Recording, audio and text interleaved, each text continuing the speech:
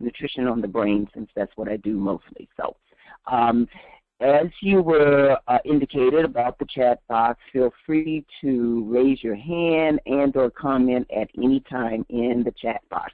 So hopefully everybody is visually and technologically buckled in for a great evening experience. If I can move my slides here forward. Where are we at? Okay, well, so our topic today is about focusing on the future.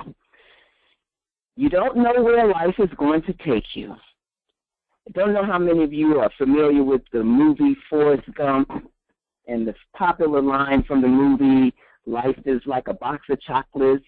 You never know what you're going to get. And that is true. That is true for life.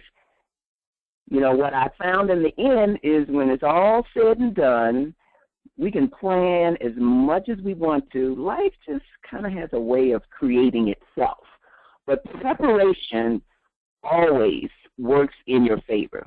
So whatever you're visioning, it works in your favor to prepare yourself for that. You may have heard the phrase, opportunity meets preparation. Some people call it luck, some people call it success.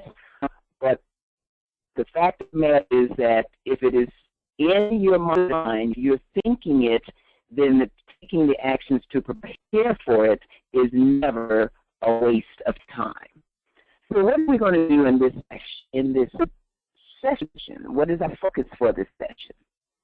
And we're moving our slides forward here. There we go. So two main things. You know, I'm extremely honored and excited to be sharing with you my personal journey as a real-life expression of what's possible with preparation. So my educational pathway, how we moving forward? There we go. Okay. So there's two main focuses. My educational pathway, how that ties in and flows into career choices, decisions. What was my plan? Did I plan my education? You know, what happened? What went right? And then there's a lot of myths, because when you think about success and achieving and doing so many great and wonderful things and having such an exciting life where you're doing, you know, things that you never imagined, achiever always comes to mind. And what are the myths? What are we thinking is typical of achievers? We're going to bust up some of those myths, and we'll see in the process of the journey of the conversation, what's the right way? Is there a right way? What's the right path? Do you actually have to know exactly where you're going and what you want to be when you graduate? So we're going to travel 58 years. In the next 25, 30 minutes or so, there'll be a Q&A period at the end. However, you don't have to wait till the end to post your questions in the chat box at any time. So a good starting place is to kind of figure out who's in the room. So our next slide is a question for you. Is my slide moving? Oh, there we go. All right, quick poll as we're having our, what's this? Oh, wow. Where's my, I'm seeing technical difficulties, and you guys are. And students are responding. Okay. Are they responding? Okay. Am I not seeing? What am I not seeing? The response here. There we go. Okay. All right. So it's like, what are these categories? Silent generation, baby boomer. We see the years associated with it, but let's just think about some key things. So the GI generation, these were teenagers. They were teenagers during the Great Depression. These are the individuals that were teenagers during the Great Depression. They fought in the World War. Moving on to the silent generation, these were individuals that, you know, the key thing is that they were conformists. They followed along. They believed that following the rules strictly was the key to success. Then we move to my generation, the baby boomers. And this is the generation during the economic and baby boom, for that matter, because there were a lot of births. The birth rate went up tremendously after World War II. Our Generation X, our MTV generation, some of you can identify with that. And I guess the X historically came from the fact that this is the generation that said we are not going to be defined. We're going to define our own selves. Generation X, some of you know this generation as the millennials. You experienced the rise of the Internet, September 11th, that major issue, and all that followed that. Technology this is where we started really getting the connection with technology. And then those of Generation Z. These are the ones you were born with the Internet in your mouth, if you can imagine that. And more individualistic. We see where the Generation X started saying we are defining ourselves.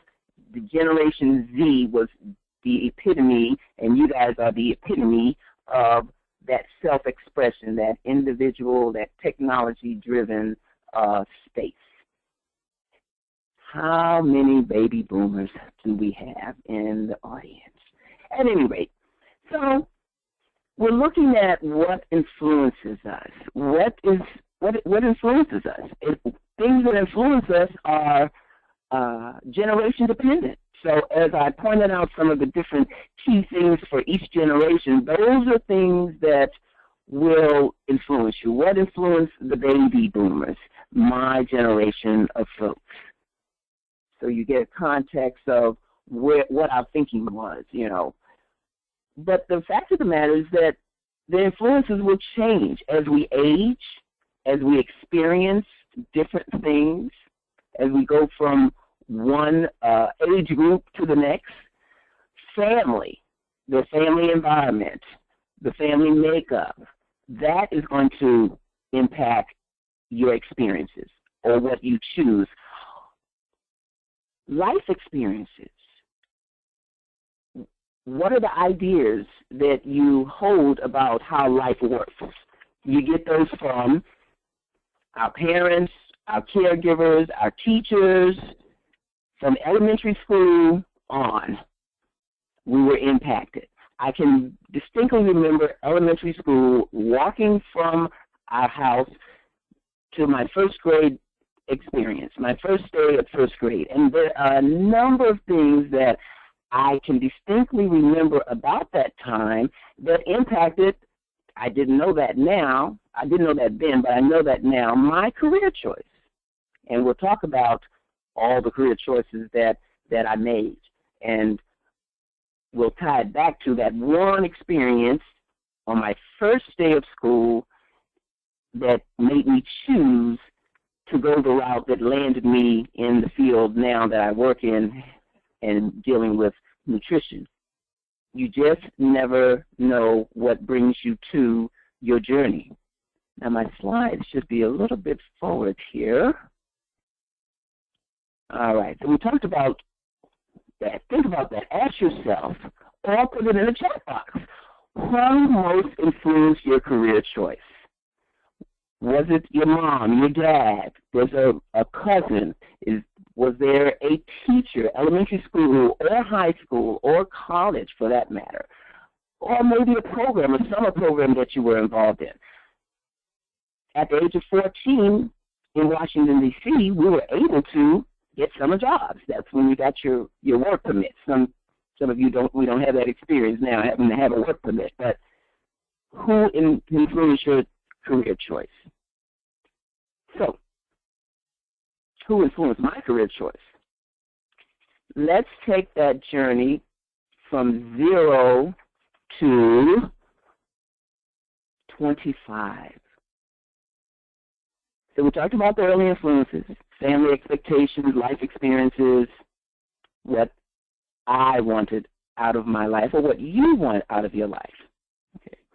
All of those things, what I knew about what I wanted from my family expectations were to grow up, to finish high school, to become a contributor to society. Now, that's a broad definition. Amazingly, I have a PhD, but if you think about it, if I think about my home experience, my mother and father, they really never did press going to college. So that life experience or that conversation, you wonder, wow, what motivated you to go to college when that was not a regular conversation in your life or in your family expectations? But life, as I move through experience, my cousins, so you're exposed to relatives. My exposure to my cousins and the way that my mother's brother conversation was with their children, I was hearing that. Even though I did not realize that at that time, I can say that now. Family expectations, comparing the family expectations of my mother to the family expectations of my uncle, had a great, great impact on what I wanted out of my life.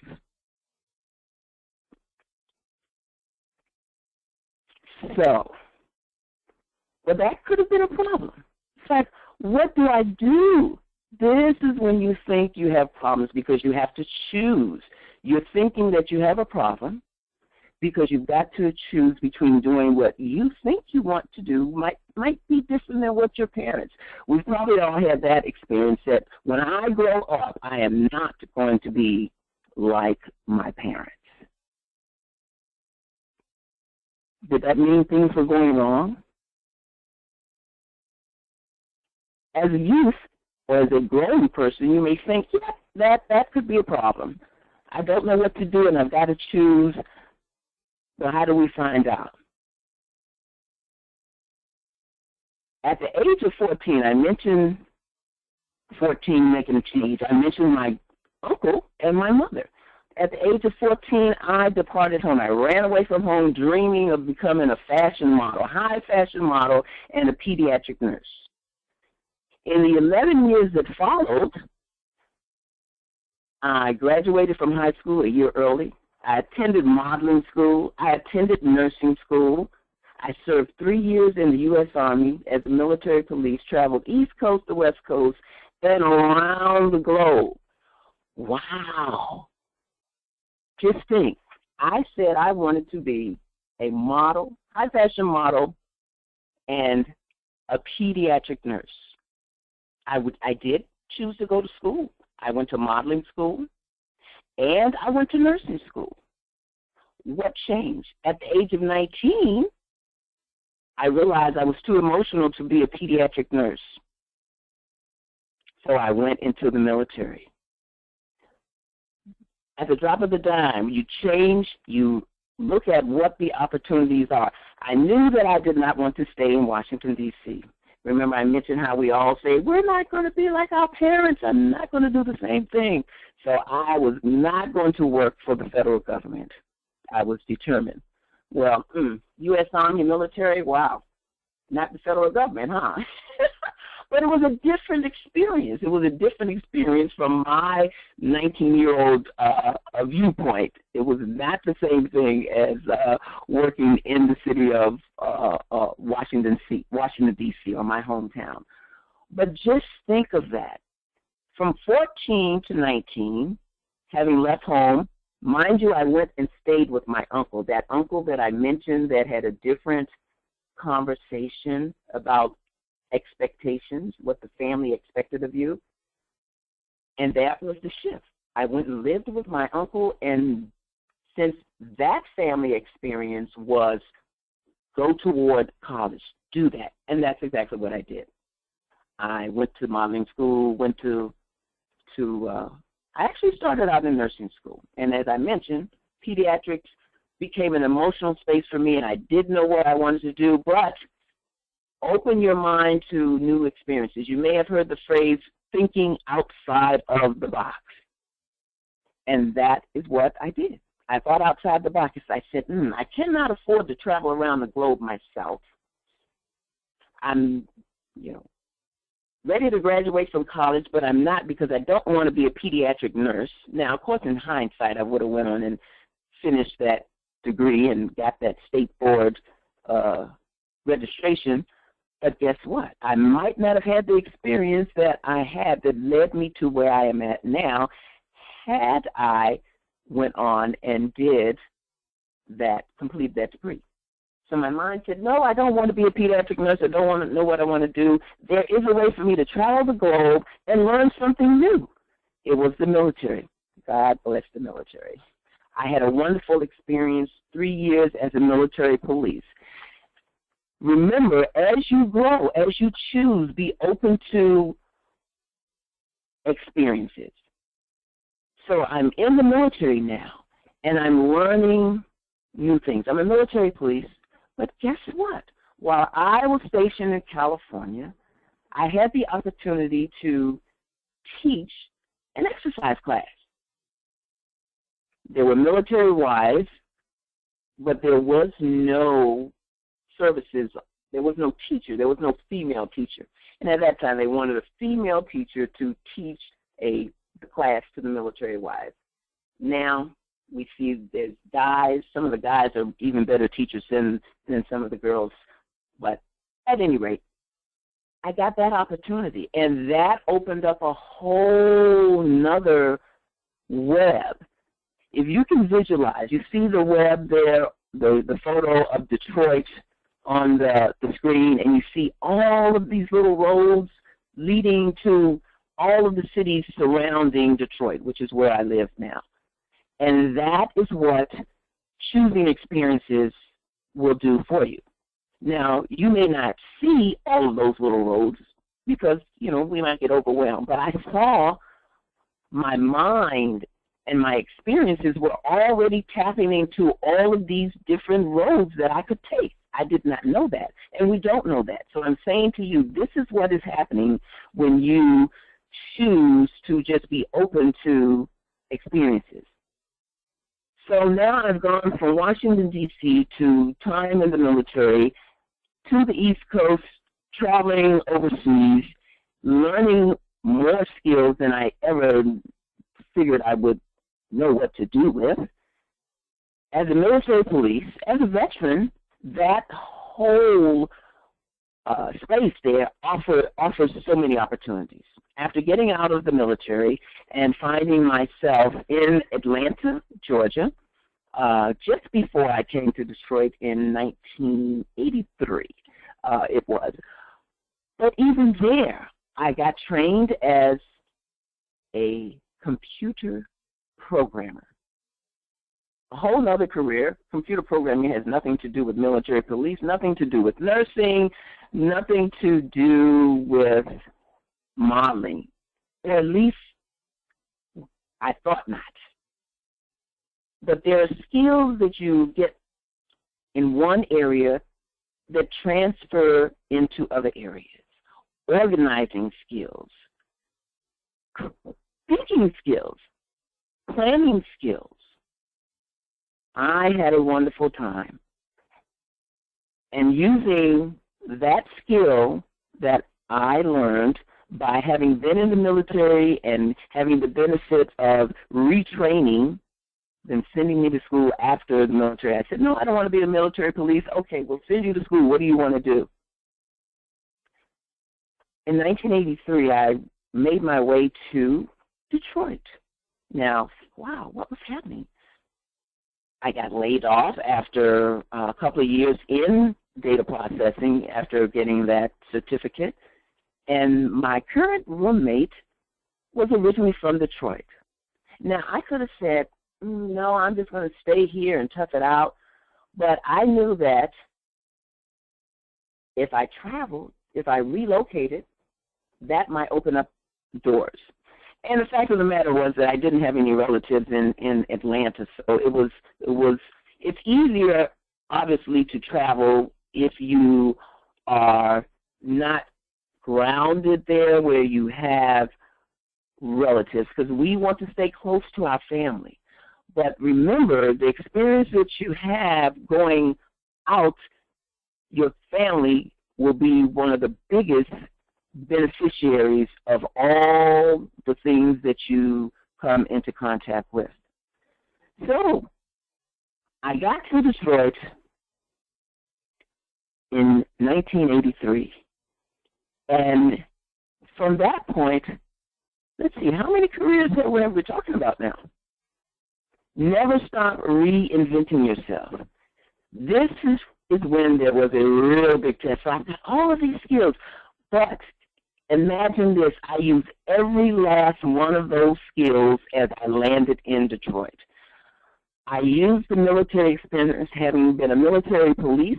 One of the first jobs that I was able to get part-time was in security. I sought out to, continue exercising because I love the experience of teaching exercise. I wound up getting connected with the YWCA and started doing exercise classes. My modeling, by the way, I got the opportunity to tie back to the community.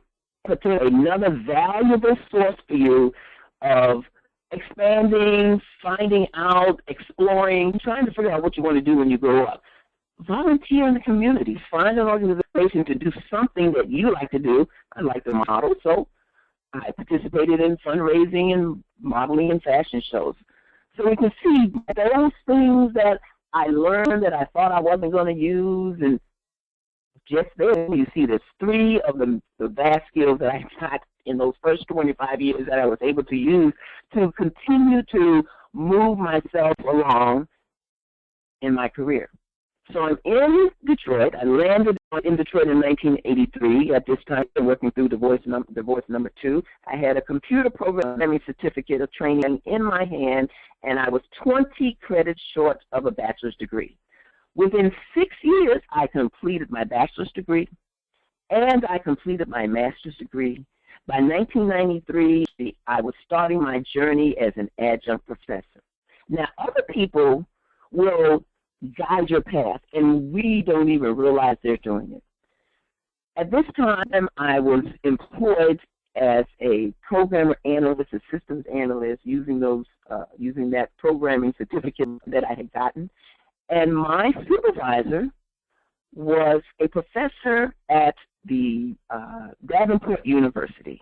It was Detroit College of Business at the time. And he had an appointment that evening. He needed somebody to fill in, and he asked me to fill in.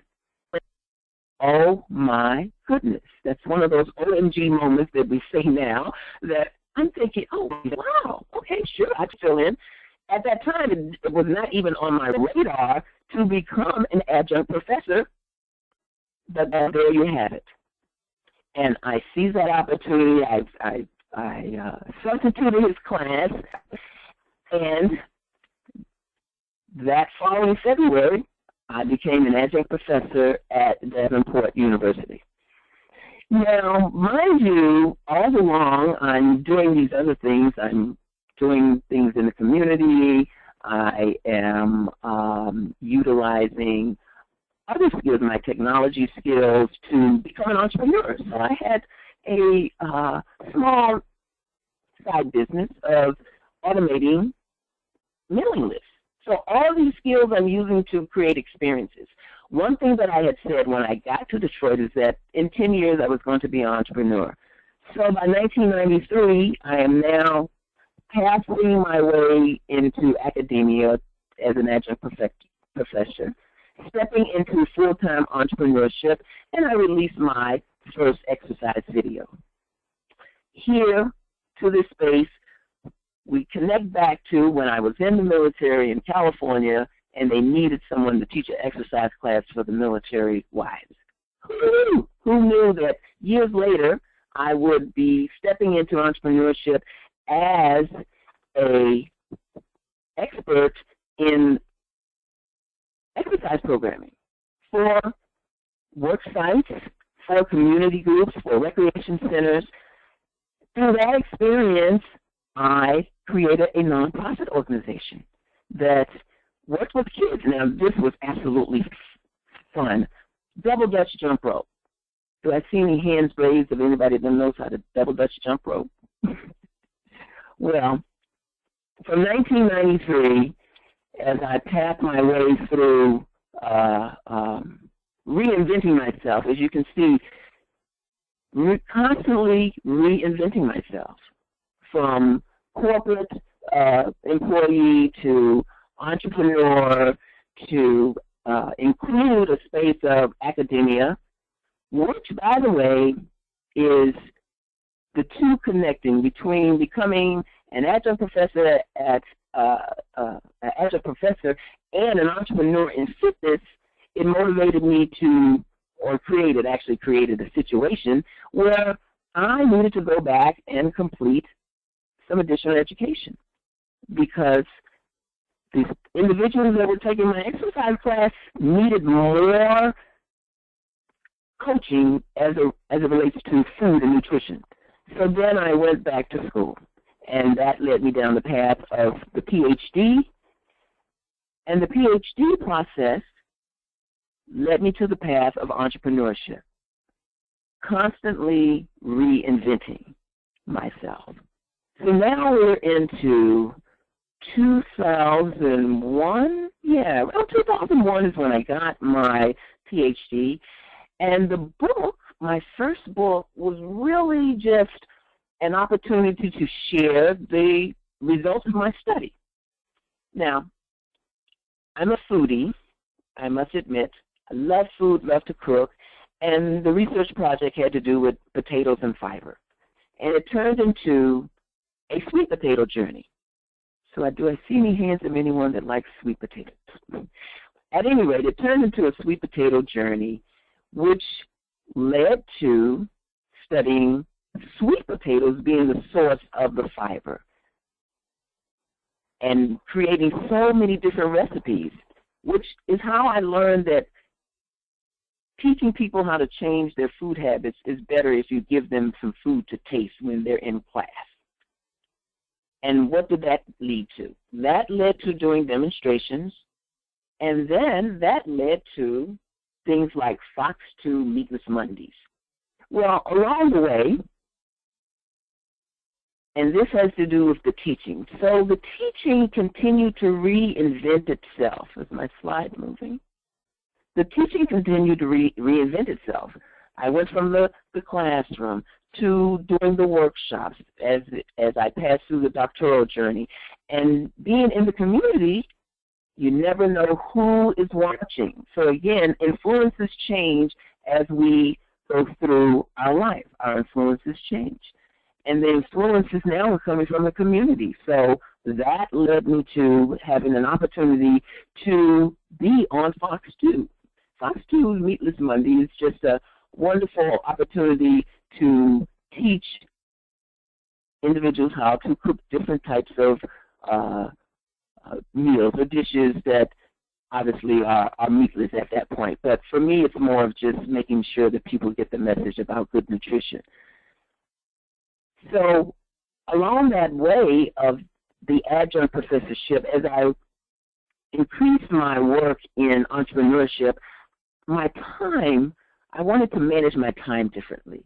And the opportunity, where's my screen? There we go. There we go. To add on online teaching. Now, online classes, I did have exposure to it when I was in my doctoral process. And as I was coming toward the end of my on-the-ground experience with Davenport University, had the opportunity to train for online teaching. So South University's opportunity for me to actually start teaching, facilitating the Strategies for Success class was just absolutely phenomenal. Just imagine teaching on the ground locally versus teaching online across the globe. And every one of you can do that. Teach someone what you know. It was just simply teaching someone what I knew. The nutrition translating into being able to be online. Teaching others reinforces our own abilities. It helps you just look at subjects in different ways and learn your subject inside and out. A whole nother opportunity to reinvent yourself. So I'm hoping that your wheels are just really turning about what it is that you really want to do when you grow up. Focusing on the future. The chance to do new things is going to continue to come up. The chance to do new things are going to continue to come up. I've had or I've taken the opportunity to be on committees. I mentioned about community service. So the virtual classroom and the virtual world, the internet, the web, provides such incredible opportunity to reach further than you can do in your own local community. That is absolutely incredible. You can travel without having to travel. Pack your bags and travel. So when you're thinking about focusing on the future, and in the context of my experience and just chance to do new things kept coming up. The more I did, the more chances I got to try new things. I'm thinking about a story about Matt Damon and his blueprint for success. It says just do the work. Just do what you do, what you like to do, and when you get a request, open your mind to it. So I got requests for all types of outreach. I mentioned about the community service. You never know what that is going to parlay into. So I got so many opportunities to speak to different community groups, which in turn opened up doors for other things. I'm thinking about the Calm Under Fire book. So that's another book that I published. It had nothing to do with nutrition, but because I was doing a lot of community service and volunteering to be in activities around motivational and things like that, that led to me writing another book. Calm Under Fire is just a compilation of motivational quotes and paraphrases and things that I would use when I would be in my workshop. Take the opportunity to not close your eyes when somebody asks, or an organization or a family member for that matter may refer you to something. If it looks interesting, it just might be. And the fact of the matter is that if you never tried it, then you don't know if you really do or do not like it. And sometimes it's not for us to know how this is going to connect to something years down the road. My education prepared me to teach myself new skills, new ways to use my interests to benefit others. I constantly think about that as I'm giving back. So if I'm always teaching someone else, I am growing, I am learning. The Detroit Food Policy Council, the Detroit Food Fitness Collaborative, public libraries, Healthy Kids activities, the American Heart Association. There's just so many different things that we can provide ourselves or avail ourselves to. All of the community services that I participated, I see a question here, does your community service have to do with your career? Absolutely. Because how did that connect? I was always sharing in spaces like, for instance, the church health ministry, and doing a workshop or coming to speak or helping with the meals. Connects back directly to what I do. My whole career is around food and nutrition and health. And all of the roads, if we remember that little map of Detroit and all of those streets and avenues and roads that lead around Detroit, in and out of Detroit, with all of the things that I chose to participate in. and all connected back to that one dot. And that one dot is health and nutrition. Everything taps back to that. The books, I have now 2 cookbooks and working on a 3rd cookbook, which we'll talk about in just a second. I'm going to see if there's a couple other questions there. I'm not able to. Okay. Well, okay. We'll go for it. I was just trying to just some of the questions as we got along. So the question would be, or the comment would be, sometimes you have to break some eggs. And when I say break some eggs, it just means stepping outside of your comfort zone. So this is the kitchen at Whole Foods Market in Detroit. I was asked to become one of their resident lecturers for a series, and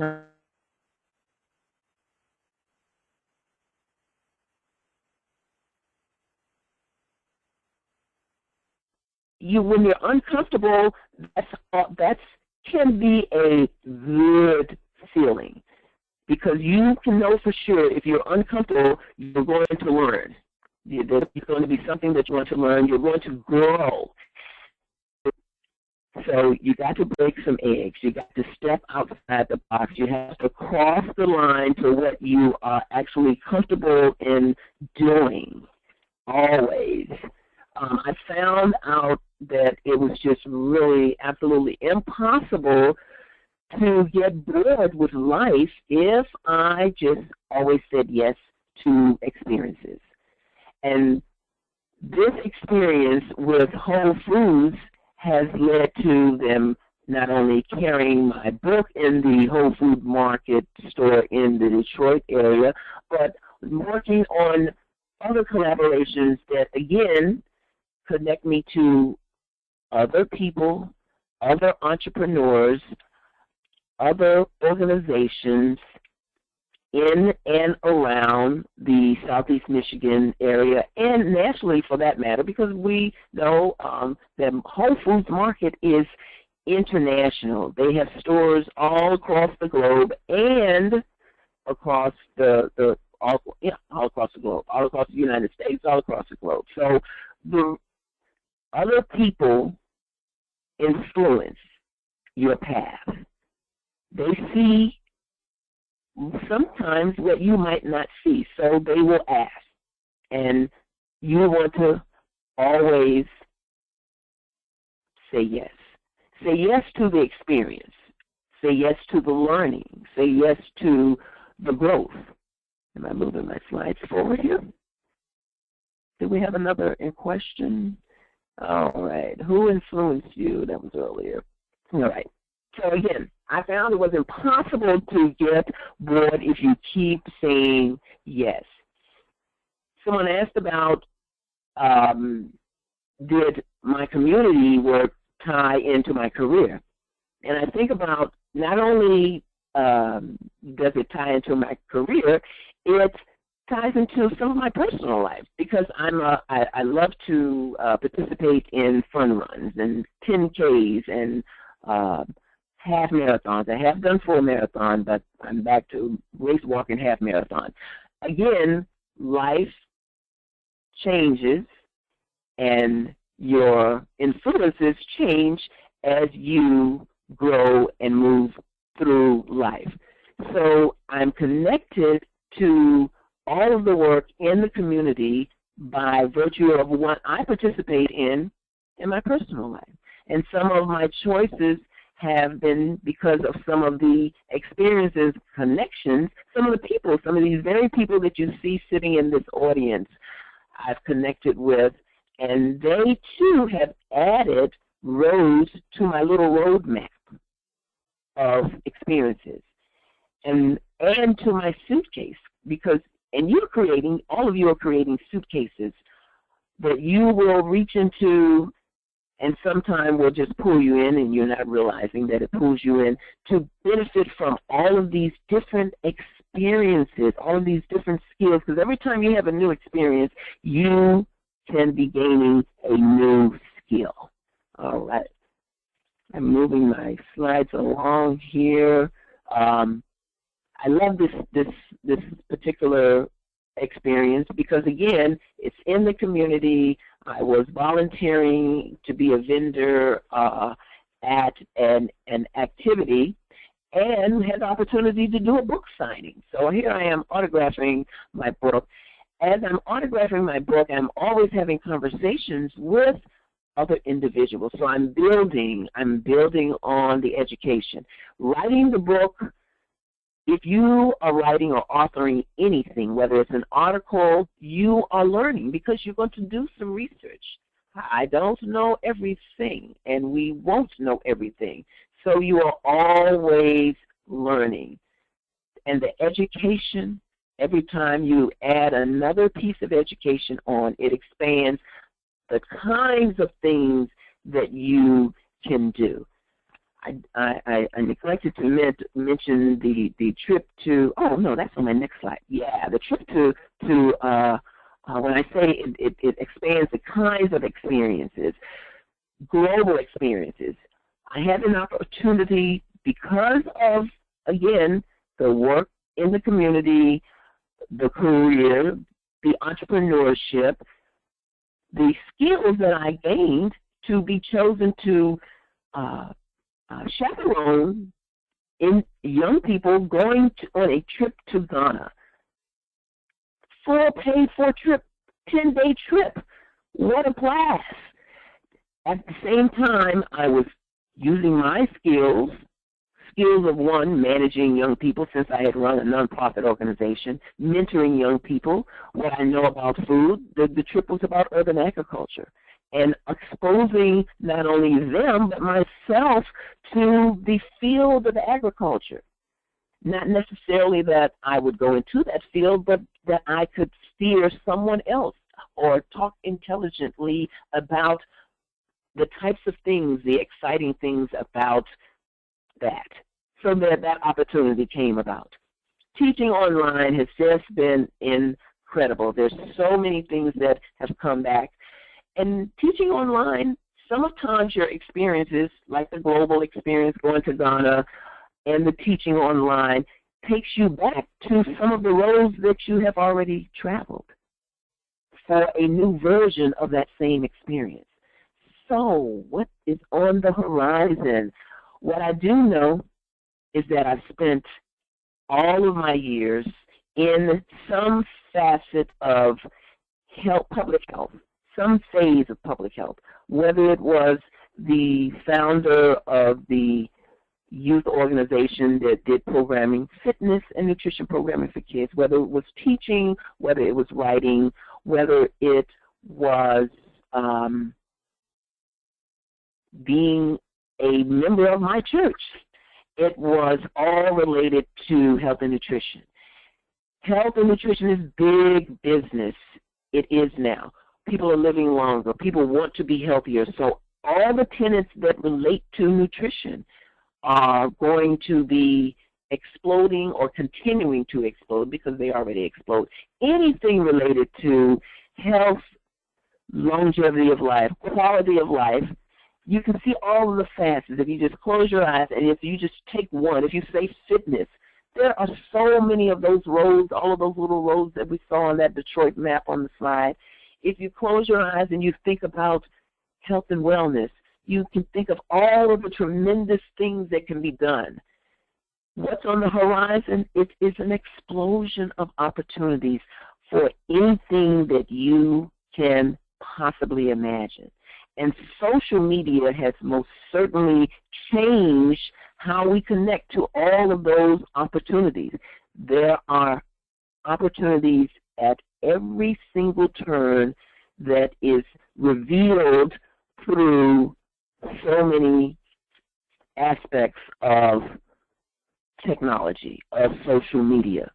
And we have the wonderful blessing of South University being right on the front line of all that is needed in terms of our connectivity and social media. At any rate, I do know that it continues to impact my journey as well, as I'm more able to reach individuals and continue to do the work in different ways, as is a testament by this wonderful webinar. But as you can see by all the things that I've spoken of, education has been a factor in all of those places. Is my slide moving forward? All of those places that I have gone, all of those roads that I have had the wonderful experience, has been because of education. Your education will take you to new places that you have never, ever thought of. The important thing is to build a strong foundation. You may be an employee at one time. You may be an employer at one time. You want to connect to your community. Your education will open many traffic lanes, as I mentioned. Just thinking of all the traffic lanes that I have mentioned during this particular presentation.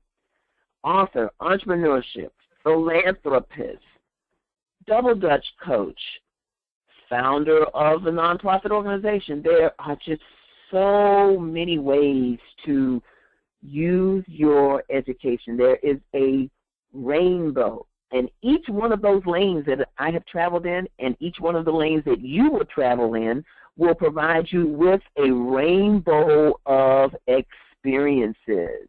A rainbow of experiences. Ah, yes, someone's telling me about the community service in Wapio. Okay, Hawaii Food Bank, wonderful.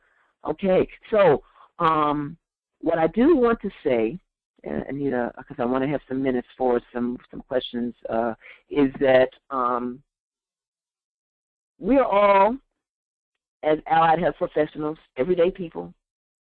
I know you have dreams, and there are many jobs, there are many careers in this huge space world of allied health.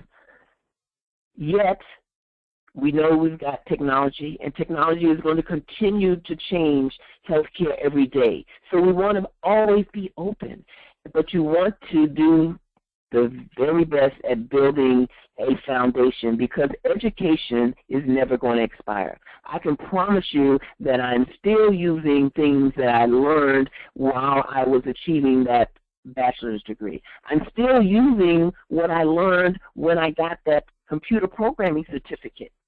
I am still using what I learned when I was in the first grade about being compassionate to folks and community service. A point that I want to leave you with before we go to some questions is very simple. That you have to take the good with the bad, smile when you're sad, love what you got, and remember what you had. Always forgive but never forget. Learn from mistakes but never regret. People change. Things go wrong. Just remember, life goes on. You want to seize every moment to learn a new skill. Do we have any questions? We've got about 10 minutes remaining for some questions, and I'm going to scroll through and see what other comments and questions that we had earlier. Has anyone ever relocated for a position, and how different is what you're doing now than what you did when you relocated? Okay.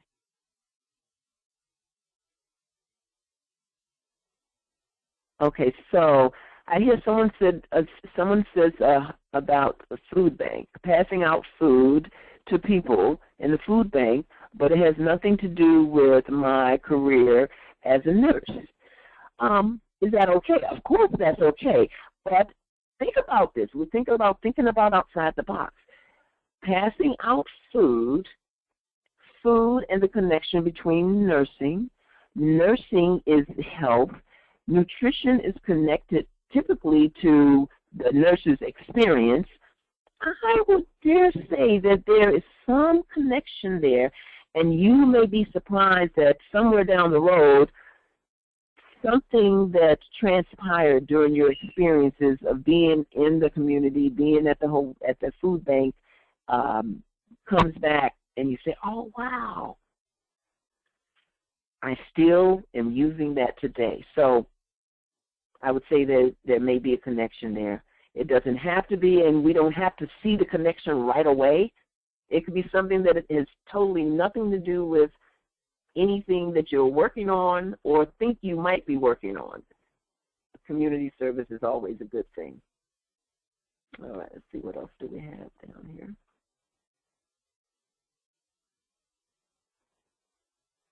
Okay, we're still. So it looks like we had mostly Generation X, 50% Generation X. And, okay. And then the rest was split between the Boomers and the rest of the Generation Y.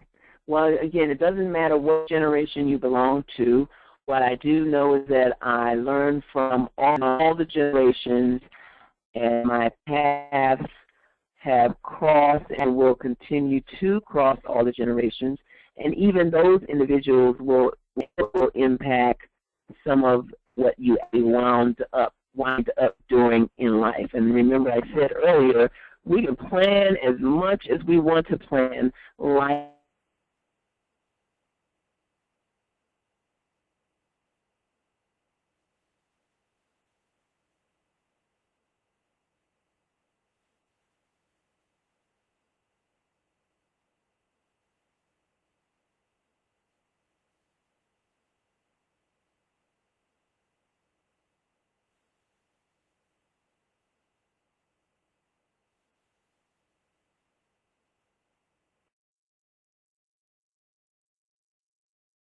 Oh, there we go.